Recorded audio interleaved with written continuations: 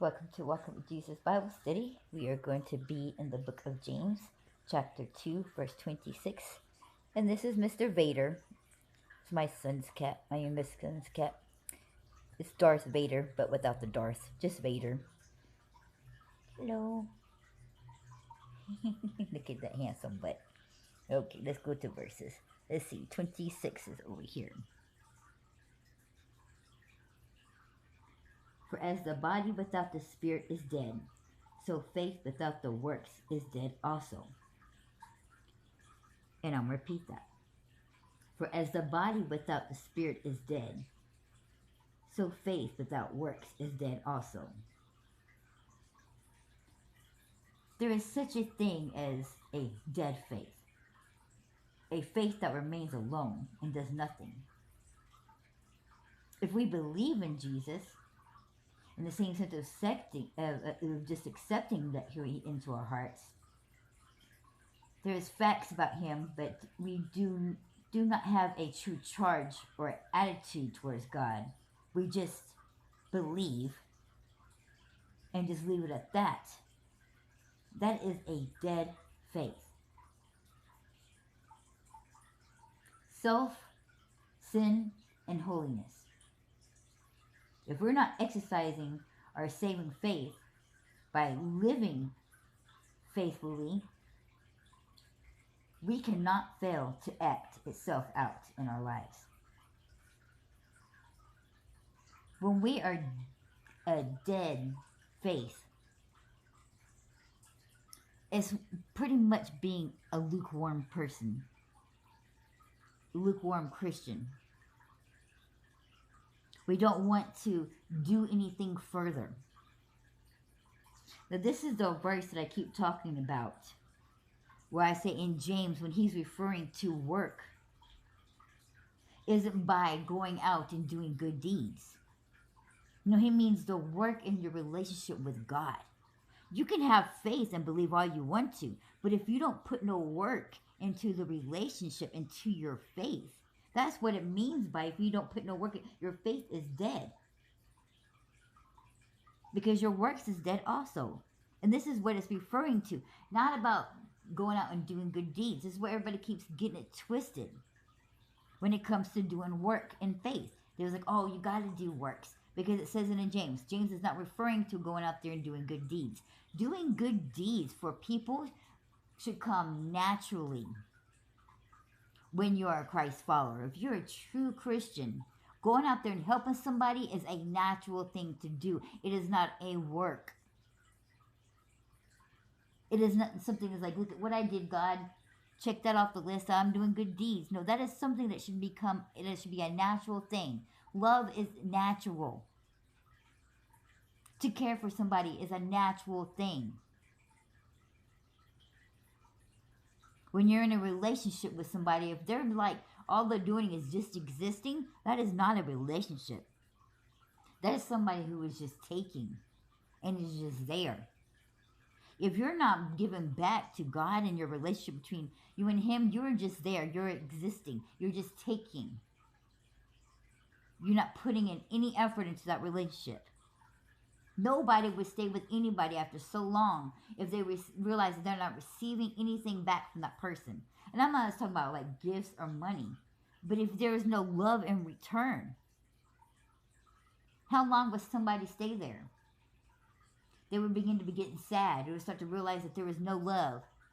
Because when there is no love, the actions will not match up their so-called words. And why do they say that? Actions. Because that is a work. You got to put work into your relationship. The same thing when it comes to with God.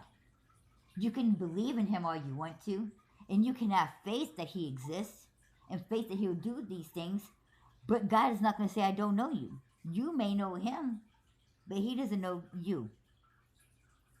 Even though He knows us all, because He created us all, He's still going to say, I do not know you, because you do not truly know me. And that's what He was also saying and trying to describe to the Pharisees. Just because you know the law doesn't mean that you know me. There's a difference between knowing the law and receiving and actually doing the law. And that's what Jesus was trying to tell him. You may know the law, but you don't. If you truly understood the law, then you would know who I was and you would know who my Father was. But because you do not receive the law and understand the law, you don't know me and you don't know my Father. And if you don't know us, then we do not know you. And that's what this verse is very much meaning and saying to you. That faith without works is dead. The works is replying to your effort. Do you pray all the time? Do you get into this word? You know, there's many people who's called themselves Christians and go to church and never actually have read the Bible outside of the church. And even when they're sitting in church, they don't even bring a Bible and go along. They just let the preacher do all the teaching, like as if the preacher is going to let them get into heaven because he has good attendance. He's been there every Sunday. He's even been here on every Tuesday. Nobody can save yourself but you. Nobody can do the work for you but you. Now, how many times your grandma keeps you in prayer? Oh, my grandma goes to church all the time and she's always praying for us and she reads enough for us and she's so close to God that we're bound to get in. No. You got to do your own work. Your math isn't mathing and you can't even show how you got your answer. Just because you're using the Bible as answers, a lot of people memorize verses, but they have never actually read the whole book. They don't even understand what they're memorizing. They're just memorizing to be memorizing. That's why it says you need to know the scriptures. How do you know the scriptures? By reading the word.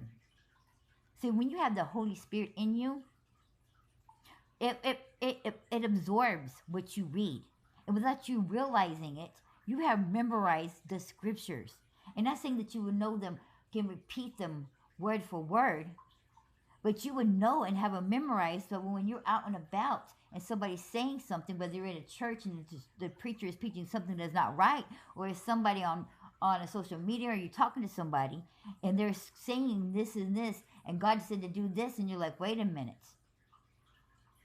No, actually, it does not say that. You may not remember word for word what it says, but you know clear as day that it does not say that in the Bible, and that's not what it's meaning in the Bible. That is your gift of discernment. How do you get that? Because you read the Bible for yourself. That was God's gift to you. Your Holy Spirit is absorbing and is obtaining what it says and what the Word says. So just because you don't remember things word for word, do not doubt yourself. Do not doubt what the Holy Spirit is capable of doing. It is absorbing it all for you. And without you realizing and knowing it, when you go to speak, you would then be able to discern who is speaking falsely. That is the gift of discernment. That's how you're going to know. There's too many people spending too much time memorizing single verses, and they have no clue what that verse even means, because they only know what that verse says. They don't know what it said before that verse, and they don't know what it says after that verse. So how can you clearly understand what that verse is telling you when you don't even know what comes before or after that verse? You can take each verse individually and have it go 20 million different ways, and still don't even have the correct meaning of what it said, because you have no clue of what came before and after. That's why it's very important to read the whole entire book. If you're going to talk on a subject, maybe you should, and since the Bible is filled with many books, and you want to sit here and talk about this particular section in that one particular book, maybe you should read the whole entire book from beginning to end. Not just that chapter, but the whole book. So that you can clearly understand what that person, that author, was telling you, but God, their own interpretation of the gospel. So you can understand what it's clearly saying.